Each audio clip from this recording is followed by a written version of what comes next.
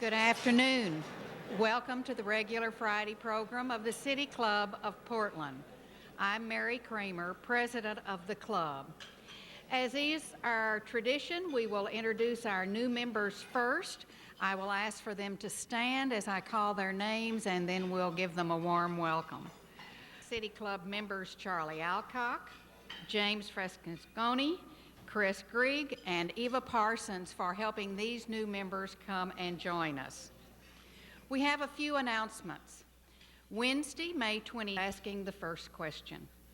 The second question today will be asked by Ed Gilbert, member of the Education Standing Committee. One of the privileges of membership is the ability to ask questions of our speaker. We have a mic on the floor. You may go to the mic and ask your question. We want it to be a question, no statements, please. And we would like you to be as brief as possible. We have a large crowd today, and we anticipate lots and lots of questions. Now for today's program. I'm delighted to be able to introduce today's speaker. If it hadn't been for her and a few other women and other equal rights-minded City Club members, I wouldn't be here. She helped City Club integrate women and has maintained her membership in the club ever since. She moved on to other causes, and as our bulletin said, she's become the first woman to serve as Oregon Speaker of the House, as well as the first speaker to serve 3 consecutive terms. Education is one of her issues. She's dedicated time and energy to the National Center on Education and the Economy, the Carnegie Task Force on Teaching as a Profession, and the National Board of Professional Teaching Standards. Representative Katz introduced and passed educational reform measures in Oregon in both 1987 and 89. She's moved forward with a new proposal, an Oregon Educational Act for the 21st century, a sweeping educational agenda. The new proposal hasn't gone unnoticed, either on the local, state, or national level. Controversy rages. But take heart. Superintendent Proffitt awarded her a B+ in contrast to the C- he gave President Bush for his proposal. Please join me in welcoming City Club member Representative Vera Katz. Vera?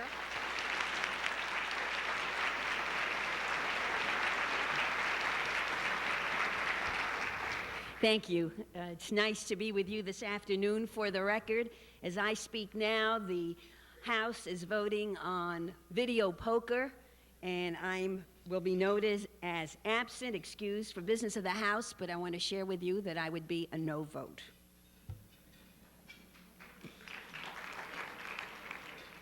Talking about education reform is like a Russian novel. It is long, it is boring, and everybody dies, so we better start quickly. Let me begin by setting out several disturbing economic realities. First, over the last 20 years, our ability to increase productivity has slowed down.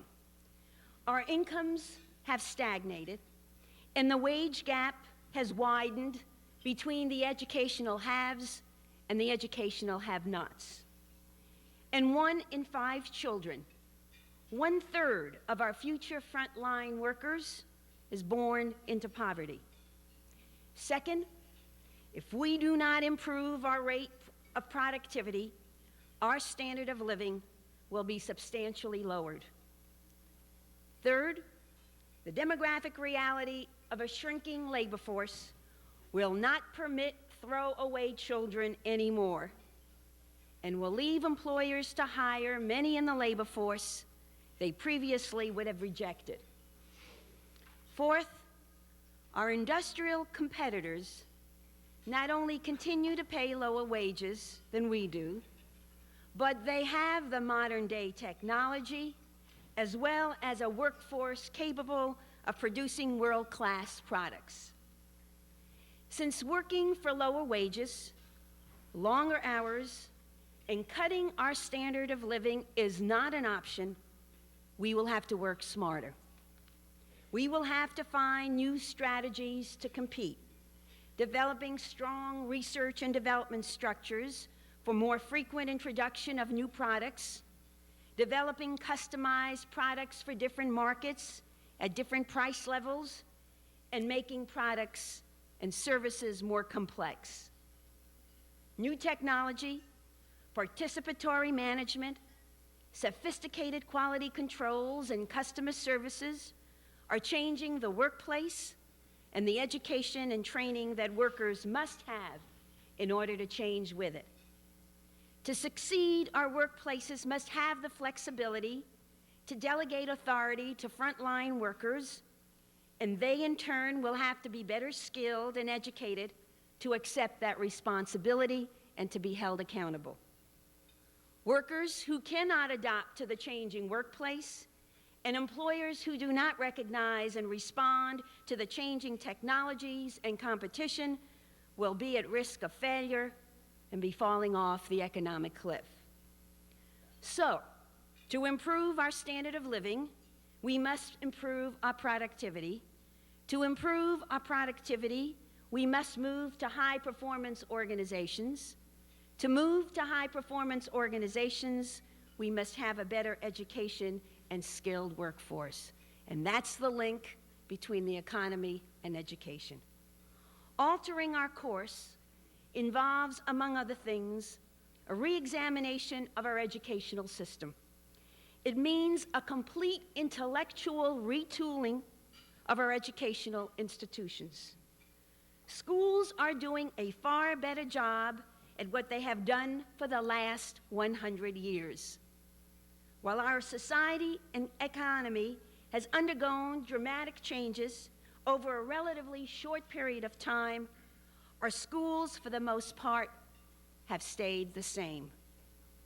We have a long way to go to regain our lost ground and to prepare our youngsters for the future. What we have in too many schools is a system where students are sorted and grouped, labeled and neglected to a general education diploma. We often communicate, especially to lower income and minority youngsters, that we don't believe they have what it takes to learn. We expect very little in academic achievement from students not in college-bound curriculum, giving them watered-down courses and few opportunities in acquiring professional technical skills for an occupation after they leave school. What we have in many schools is a system that is losing 3 out of 10 of its students who start first grade. Now, if I was in business and 30% of my clients disappeared, and I couldn't ask the question as to why they left or where they are now, I would be filing bankruptcy. What we have is a system where we do little to help someone ready to drop out, or even less of an effort to recover them. It is difficult to defend a system that neglects 60 to 70% who will not go on to college after high school graduation. By only preparing a fraction of our non-college bound students, the vast majority are left to sink or swim, lacking academic and professional technical skills, usually jumping from one low-paying job to another low-paying job until they're in their mid-20s or early 30s, never being seriously trained. Now, we have a choice in Oregon, a choice between high skills or low wages, a choice between protecting the status quo or a willingness by the public to educate and prepare citizens for the 21st century. We have the opportunity in Oregon to change expectations for our schools, for our students, for our parents, set challenging goals, and hold our schools accountable for the performance and the progress of its students. Now, our schools cannot achieve any of this without rethinking what they are about, and without our commitment to provide them with the necessary resources to get the job done. That is a given. But more money to do the same won't get us there. We must set a goal for Oregon that we will have the best educated and trained citizens in the nation by the year 2000 and equal to any in the world by the year 2010. We must be dedicated to the belief that all students can learn, all students, and that all children must start school ready to learn. We must be committed to the proposition that dropping out is unacceptable. We must set performance-based measurements on how well our students are doing so we can measure their performance and progress and guarantee that no one falls through the educational cracks. We must re-examine instructional and organizational patterns that might no longer apply to an ever-changing society. The length of the school day, the length of the school year, the 50-minute classroom, expectations that some children are going to fail, subject matter by discipline and separating those disciplines, just to name a few. This means radically changing our educational landscape. Now, the legislation currently being discussed in Salem has already undergone a first rewriting by a team of principals, teachers, who have made some significant changes in their own schools. They are excited about the prospect for change, but they're a little nervous, but still excited. And in the next 15 minutes, while I am here, they will be sharing their thoughts and the amended bill with the Senate and House Education Committee. Representing Portland will be Len Anderson, a teacher at Grant High School, and Colin Carr-Morse, a principal at Marshall High School. If House Bill 3565 should pass, the legislature would be declaring that a restructured educational system is necessary to achieve the state's goals of being the best educated citizens in the nation and a workforce equal to any in the world. We would make the assumption that all students are capable of reaching that standard. Some will need a little bit more effort, a little bit more time, but everybody is capable. We would make a commitment that Head Start would be fully funded by 1997.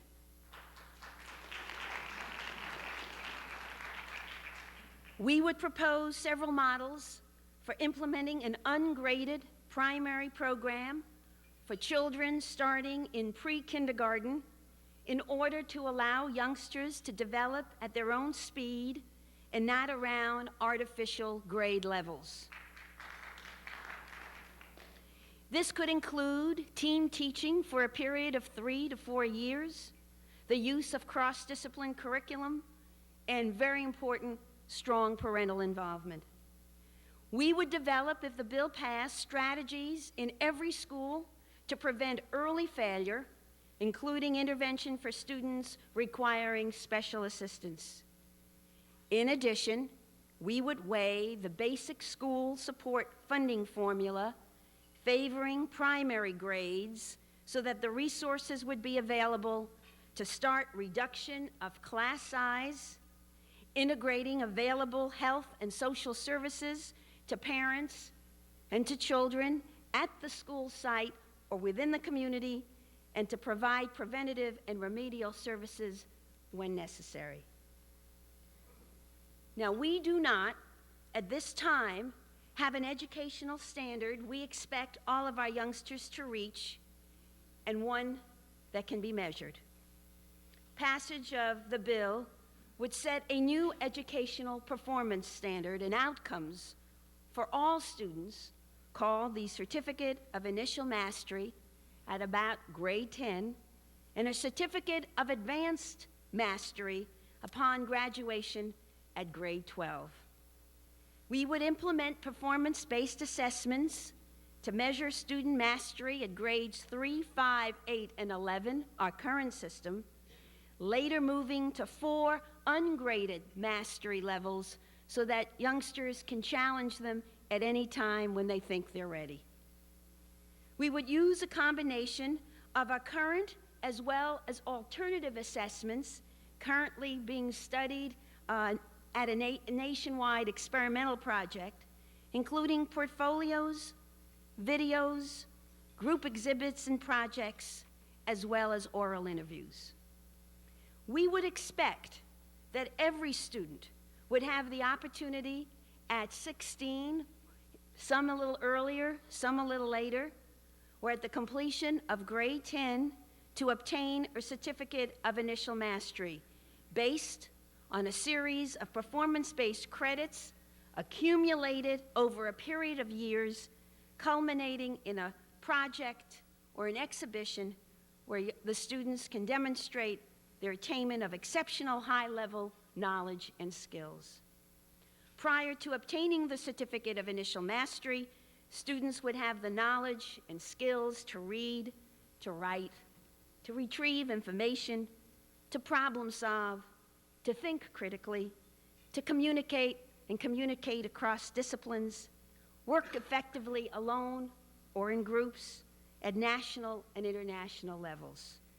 They would use these skills as they master the sciences, mathematics, foreign languages, humanities, social studies, physical education, and the arts. Linked with this system would be the resources to guarantee to every student the right to achieve that standard. Schools would be asked to provide intervention strategies along the way as early as pre-kindergarten for students to succeed in attaining their certificates. If the school fails to demonstrate progress, parents and children will have the opportunity to move the student within and across district lines with the full state share following the child. We would establish learning centers whose responsibility it would be to track down kids who drop out of school and bring them into a new learning environment and find some educational program combined with whatever social services are necessary to ensure success. Now, the final key provision would be to provide students with an opportunity to select educational options to achieve a certificate of advanced mastery. Now, let me be very candid about this issue.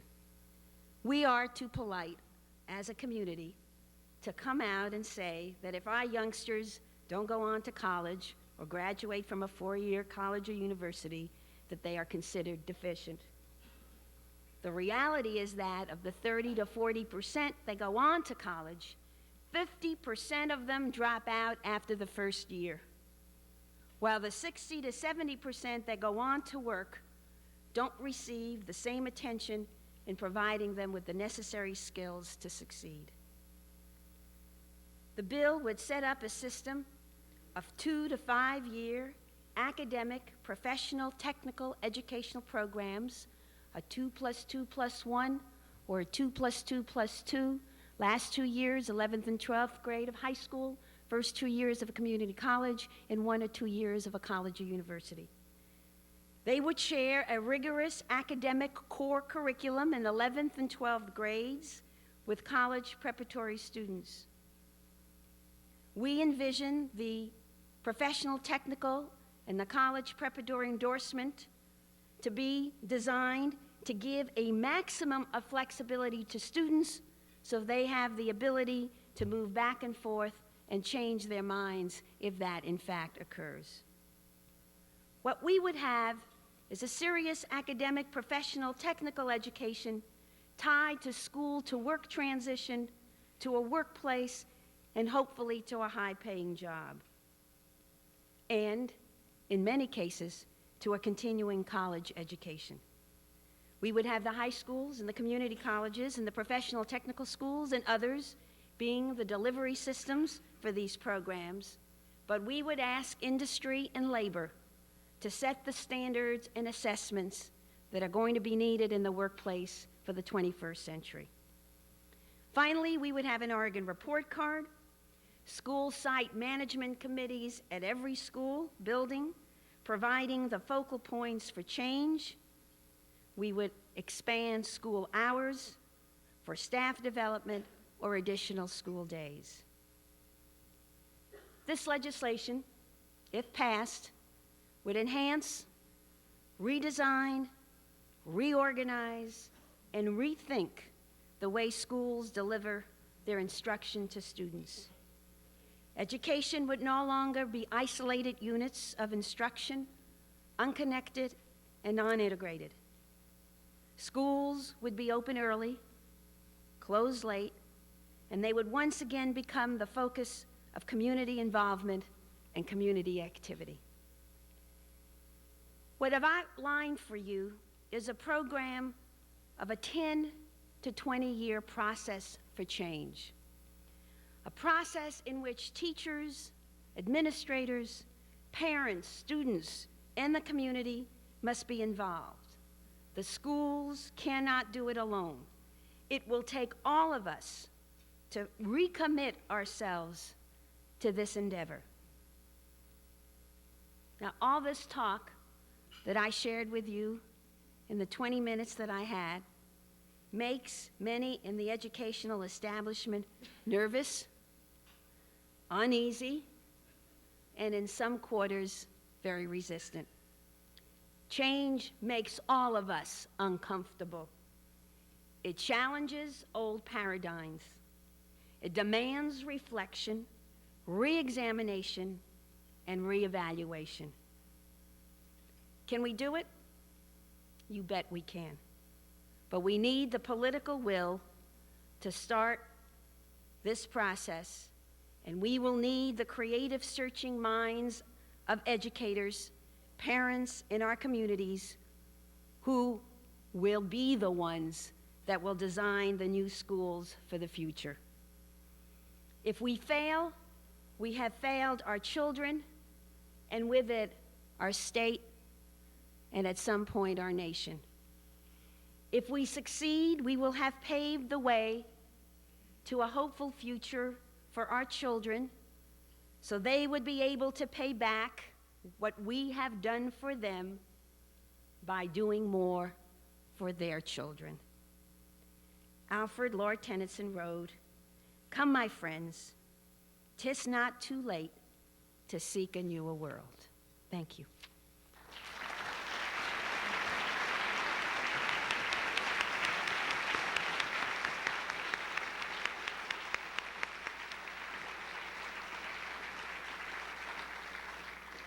Gretchen Lashley, member of the board, has the privilege of the first question. Gretchen? Thank you very much, Representative Katz. It's always a pleasure to hear what this representative of ours has to say about any issue.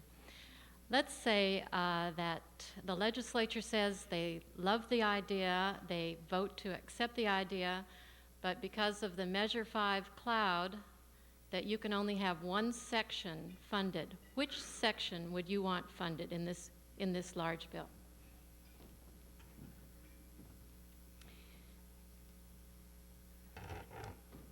As I said before, that this can't happen without additional revenues, and that's a whole other conversation that Oregonians are going to have together in the next couple of months. But if I had one choice, the one that I would pick would be the Head Start for every eligible child at age 3 and 4. Ed Gilbert, member of the Education Standing Committee, has the privilege of the second question. Ed? Thank you. In making international comparisons between U.S. schools and foreign schools, one of the areas in which we appear to fall farthest behind is in science and math. And yet in the United States, we appear to have significant shortages of qualified teachers for areas like science and math already. What kinds of steps would your bill take or your program take to try and make the appropriate qualified people available in order to get us up to international standards by 2010? It's a good question, and several weeks ago, we met with the chancellor and with the president of Portland State University to begin the conversation as to what are they prepared to do to turn the School of Education inside out and upside down to not only train the current group of students who are seeking their degree, but retrain those who are currently in the system to allow for this to happen. One of the things that we have done several years ago was to eliminate the degree for education and asked and required that the schools of education have their students major in the endorsement area that they're going to be teaching, so that they are in fact receiving a rigorous curriculum in the math and sciences. Thank you. We're ready for questions from City Club members. If you'd step to the mic. Those of you who would like to write your questions, I believe there's cards on the tables. Write your questions, hold them up. We'll ask those if time permits. Preference always goes to the folks who go to the mic. I believe we have a question. Hi, Charlie. Representative Katz, Charlie Hale, City Club member. To what extent would your plan depend on structural reorganization of school districts? I'm thinking perhaps of the 5 elementary school districts that serve the city of Hillsborough. Or would you instead expect to set the standard and then see some precipitation of that kind of change? Well, that's a good question. I sit on the committee that unfortunately tabled the bill that would unify those school districts. So the bill will come off the table and the bill will pass. But I think that's going to happen just because of the funding formula for basic school support. Because many of those small schools, though they do a very good job, are very highly priced, and the cost per student is very high compared to some other schools, and we aren't going to be able to maintain that level of payment. Thank you.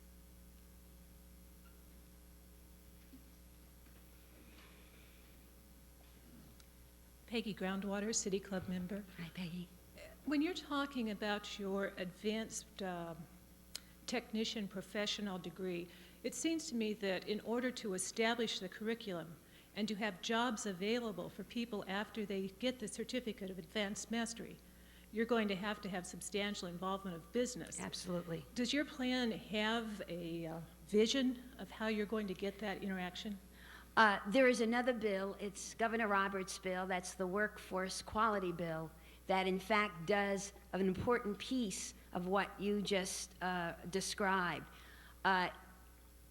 It is our intent to involve business and labor as well as educators to identify at least 6 industries or trade within the next 2 years and to begin to pull themselves in associations so that they can come to some agreement as to what the kind of curriculum and assessments are going to be necessary for those students. But they are going to need to do one additional thing. They are going to need to make a commitment to have jobs available during that transition period in a work-study arrangement, an apprenticeship arrangement, and we just passed another bill that will in fact do that, begin to develop model apprenticeship relationships in the high school level, which hasn't been done before.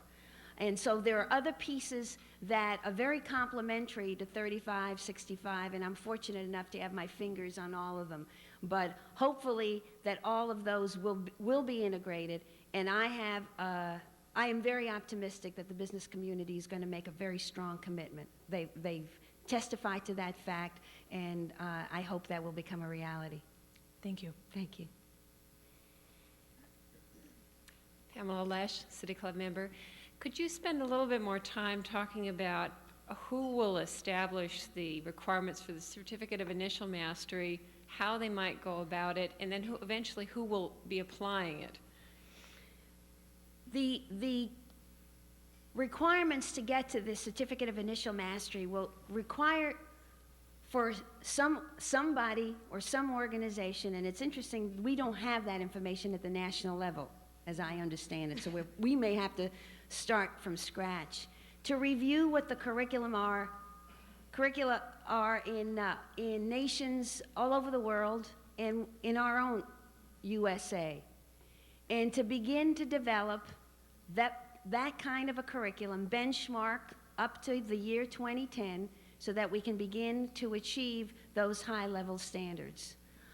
That will be done initially gathering all that information and all that research in the Department of Education, and then we'll be going through some rigorous review by practitioners, by educators, by the community in adding or deleting or enriching the core curriculum and the essential learning skills.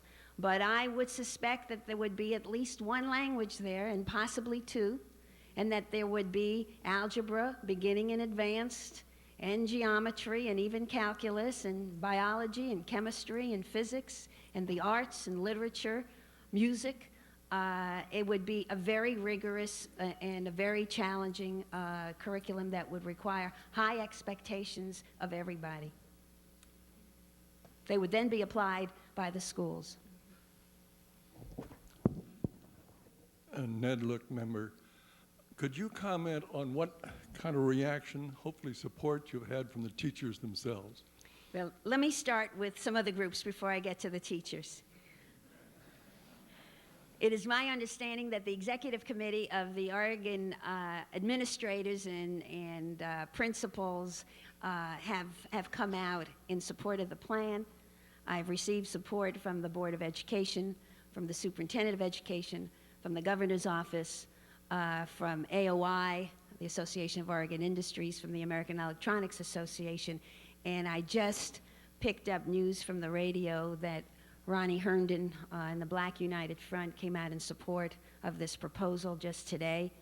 And I have received very strong support from individual teachers, individual principals. The OEA, the Oregon Educational Association, is very cautious, very nervous about choice, very nervous about assessments, very nervous about the potential of the tracking issue. But at this time, they are open, and they're still willing to discuss it among themselves and with the committee. Good afternoon. Joanne Allen, City Club Hi. member.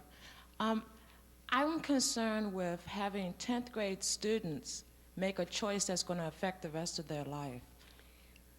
That's a question that is raised all the time. It is my hope that the issue of what they want to do, where they want to be, is discussed with them long before the 10th grade. But youngsters make choices today. That's part of growing up. They make choices to drop out, which is the worst track that we can ever imagine. They make choices to get involved in drugs. They make choices to get involved in gangs. They make a lot of choices. And hopefully they will have the educational foundation and the support of the school and the community as they move through their early years of education, so that those choices come very clearly, come very positively, and come very, very short of dropping out, and certainly not dropping out, but make them able to make the decision as to whether they're going to go on to a college preparatory program or go on to a professional technical program. Right now, in many cases, they make the choice to leave. Thank you. Thank you. I'm Gus Mattersdorf, a member of the club. If I understand your proposal, it seems to emphasize administration of schools to be more local, or maybe more centered in the school itself, for the benefit of the individual student, of the individual community, and such. At the same time, we have more and more centralized school financing and inevitably more central control of policies out of Salem. I worry about the discrepancy of these two trends. You're right, there is a conflict in values. That was not a decision that we would have made. That was a decision that was made for us. We will have to do most of the financing of education from a centralized location. We probably, somewhere down the road, will become a school board. And that's the reason that it's very important to empower the individual school buildings and those teachers and administrators in that school buildings to make those changes occur within their physical facility. It is critical to give the frontline workers the opportunity to restructure their school so that they're high-performance organizations. Mary McCarthy, member. Schools currently deal with some behavior problems by suspending the children from the school, often to unsupervised settings. And I wondered if your plan addresses this method, which seems to me unreasonable. Well, it's unconscionable, but it does happen. And the whole premise of this program is that dropping out or ignoring the needs of the youngsters is not an option anymore, and that it is the responsibility of the schools to make sure that all children attain the Certificate of Initial Mastery. We don't have that requirement right now, and that is not a stated policy or goal or a clear one on the part of the state. We will have to provide the schools and the school buildings with the necessary resources to make those intervention programs possible, so that, in fact, that kind of activity isn't necessary. If it does happen, then what we will be doing is making sure that another school, a receiving school, would be willing to develop a program for these youngsters so that they can succeed.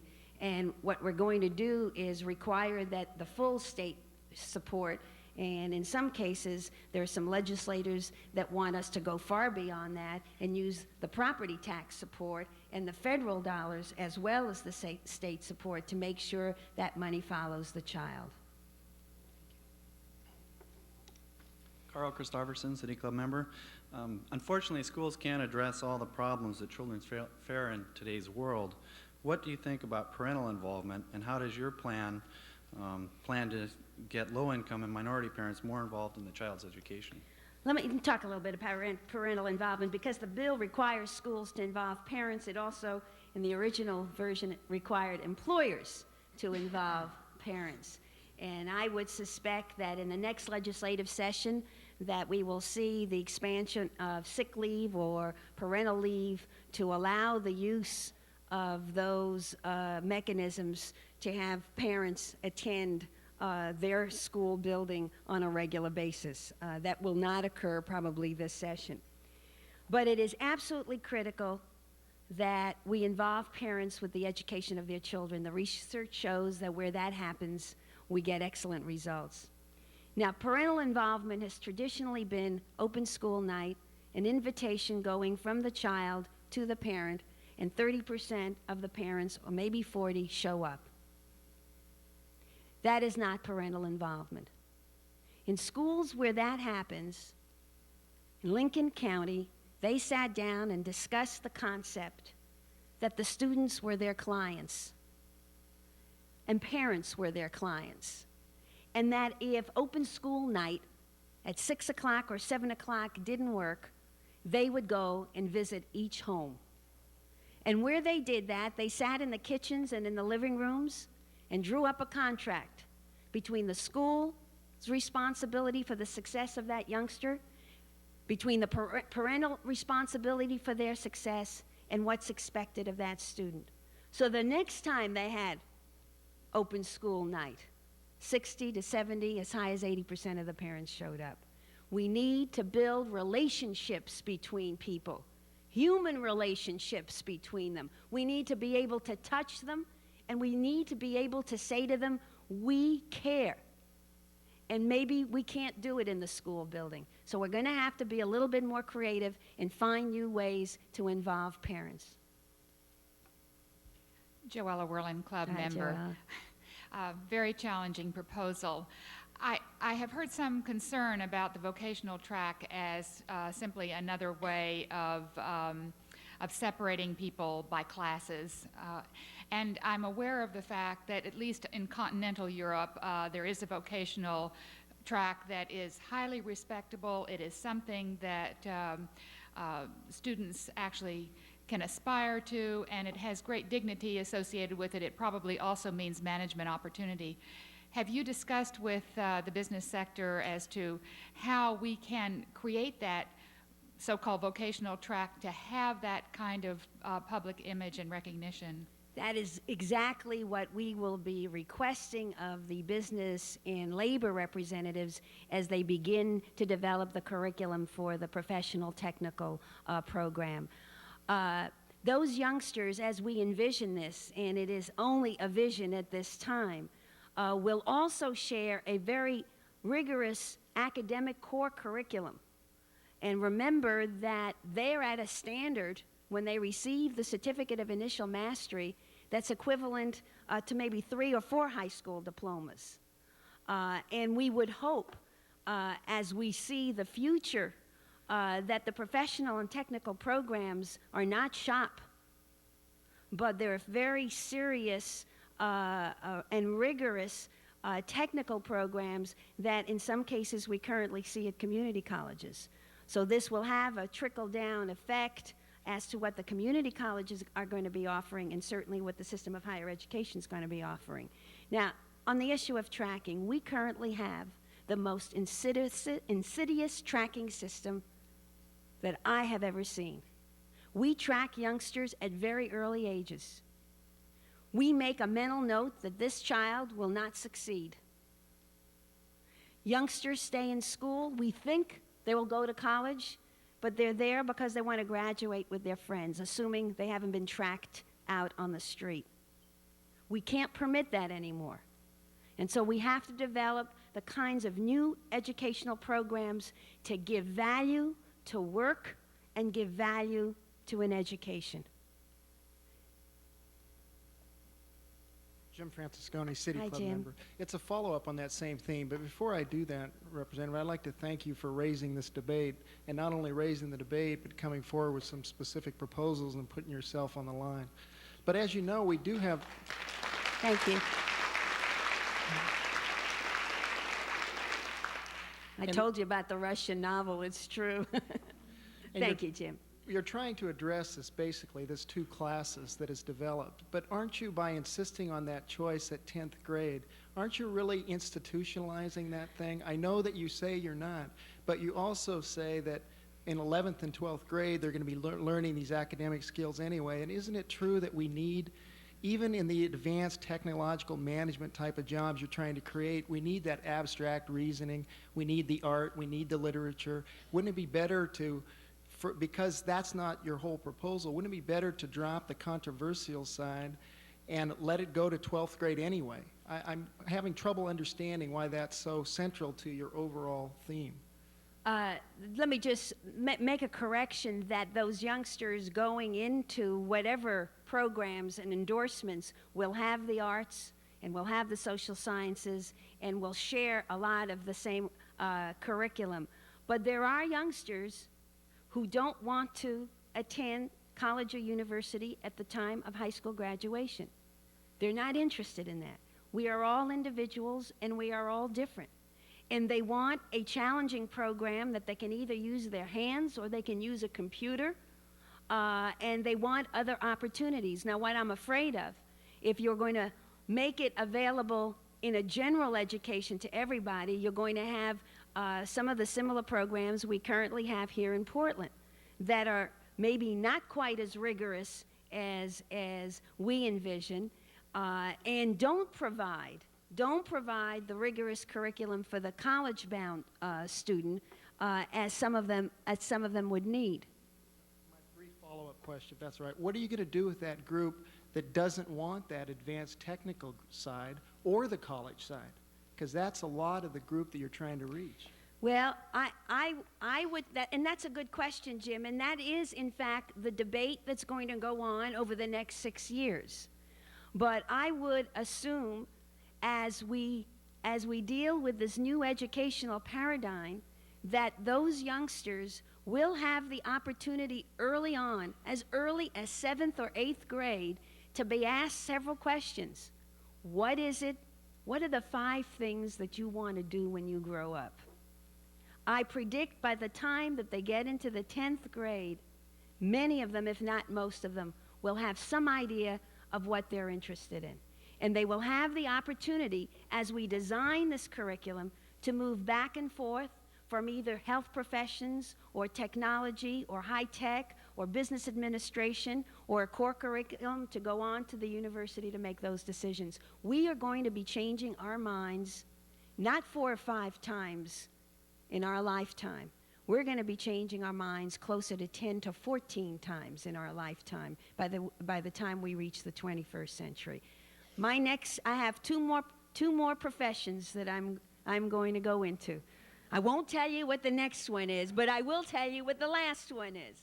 The last one, Jim, will go back to the classroom and work to make this happen. Yes.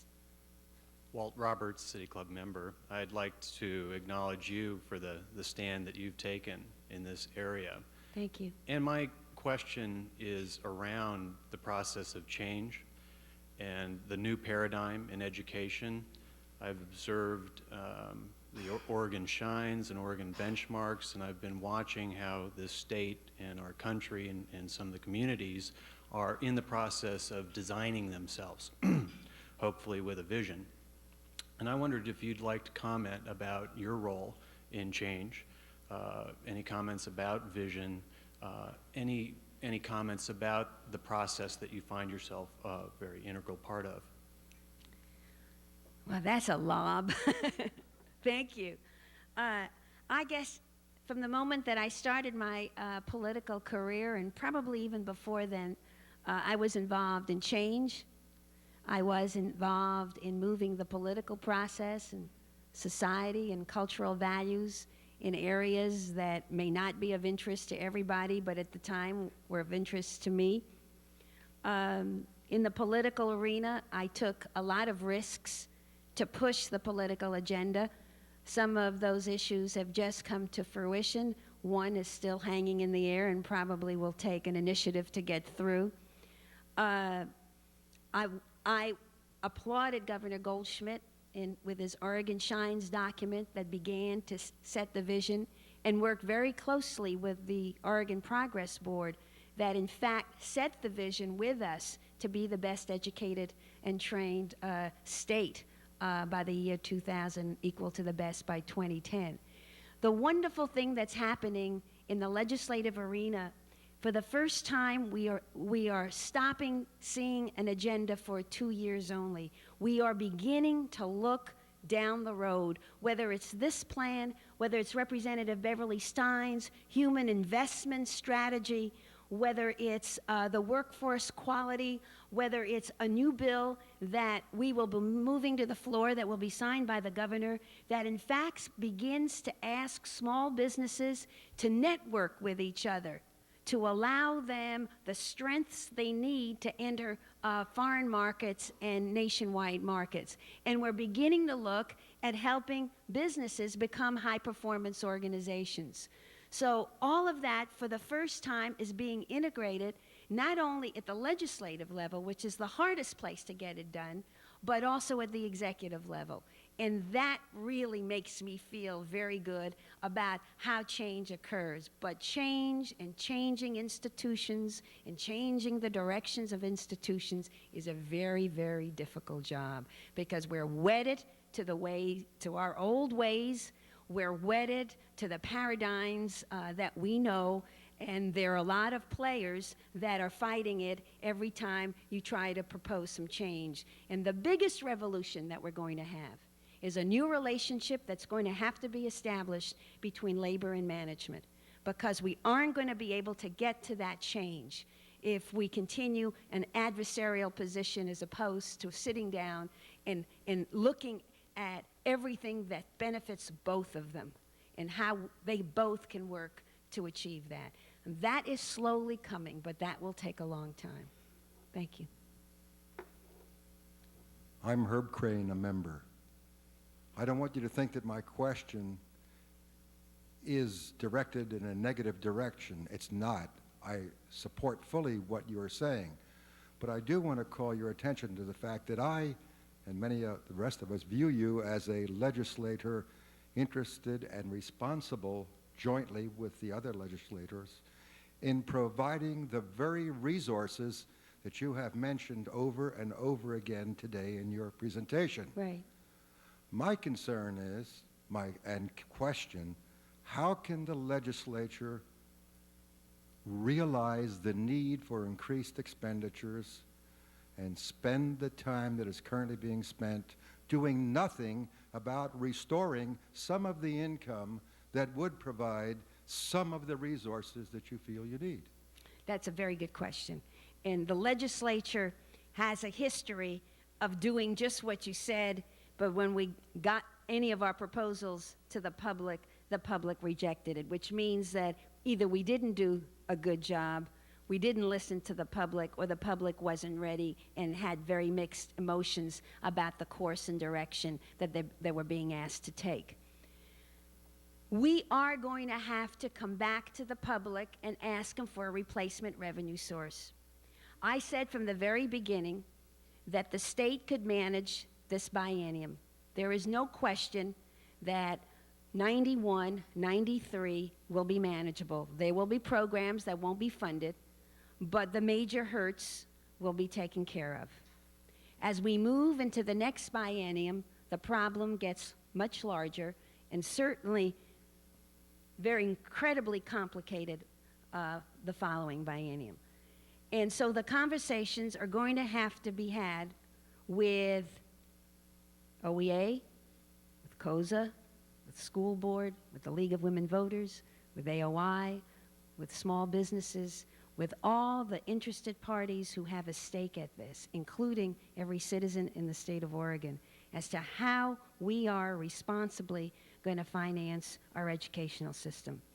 I have to tell you, though, that the public is not willing at this time to provide those resources for a system of education that looks the way it looks right now.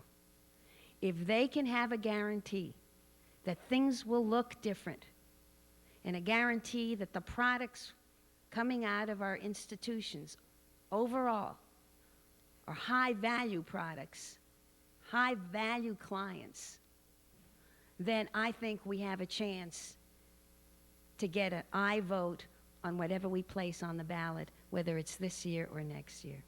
I think you're right, but is it not your responsibility to work on both tracks at the same time? Yeah, I guess. When do you start? When the patient dies or before he dies? I'm going to answer this. I think probably it would have looked a little different if I was able to return as speaker. I sit as a minority member right now. I try to do what I can do in almost like a shadow government. But it seems very clear that the leadership, as well as the governor, have made a strategic decision, and I'm not critical of it because I think over the long run it'll pay off. It does create some very nervous citizens who are waiting for us to move. I guarantee you that we will have at least one special session, if not two, and that there will be a measure on the ballot, whether it's a measure that we design or a measure that others design. That's the only way we can do it because we are going to have to manage the next biennium with additional resources. Kurt Wavering. I'd also like to compliment you on raising these kinds of issues and the vitality of the concepts that you have. But I want to talk about testing. We all know that teachers can teach to the test, and that in the past, tests have been largely academic, requiring people to either regurgitate facts or narrowly focused in what they test. Yet when we think about the skills that are needed for the 21st century, let me take one skill, and one that probably everybody in this room, when they accomplish things, do it in relation to other people, often on teams. And yet, we don't have tests that effectively measure our skills in that, and yet that's what workforce people want from people entering the workforce. Correct. So my question then is, what thinking do you have about tests that will test to the things that are relevant to workforce and citizenship? Good question, and that question is always raised. We didn't have statewide assessments until 2 years ago. The assessments were supposed to be performance-based assessments. They have a long way to go. They are paper and pencil. They're essay questions. In some cases, they're yes, true or false, or multiple answer questions. They have biases, they have limitations. Everybody agrees, but right now it's probably better to begin there than nothing at all.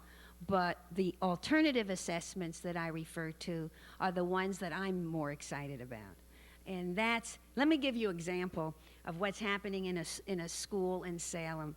4 girls were assigned a project to build an automobile. They were given the specifications. They had to construct it. They had to write a technical report. They had to write a poem, compose some music, and choreograph a dance and present it to judges. So they had to assimilate the arts, literature, the sciences, the math, and they had to work together. And those are the kinds of assessments that we're really referring to. The National Center for Education and the Economy, of which I am a trustee, just received almost $3 million to begin to develop those assessments for the nation. Rick Mills in Vermont, who's the superintendent of Vermont, is using portfolios. Some teachers in the Portland area are using portfolios. We need to train teachers how to use it.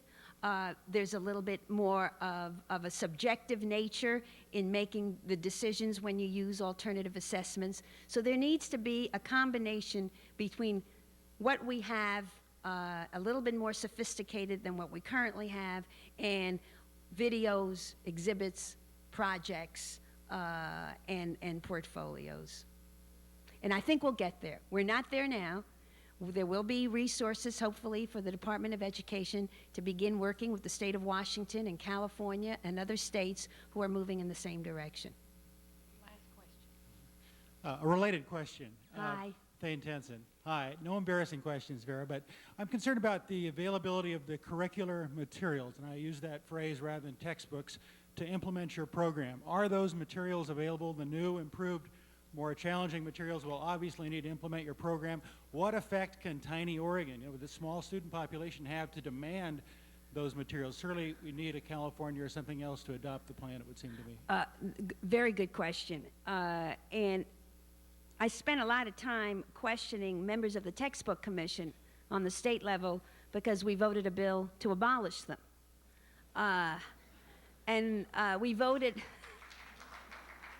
We voted to abolish them because, in fact, there were some incidences where the types of textbooks that were selected, or at least the criteria that was set, was going in the wrong direction. But we do have some available material currently that begins to look at different disciplines and doing cross-curriculum across those disciplines, selecting curriculum across those disciplines.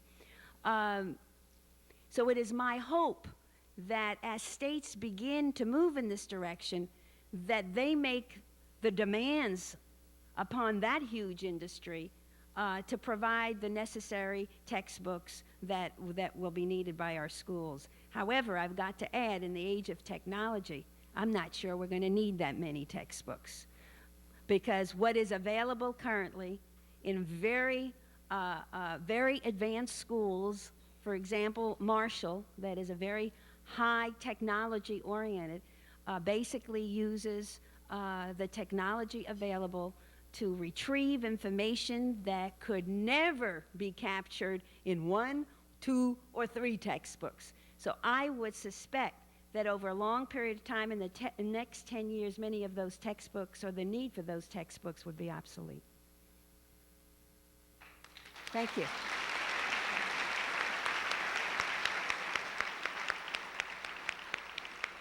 We are adjourned.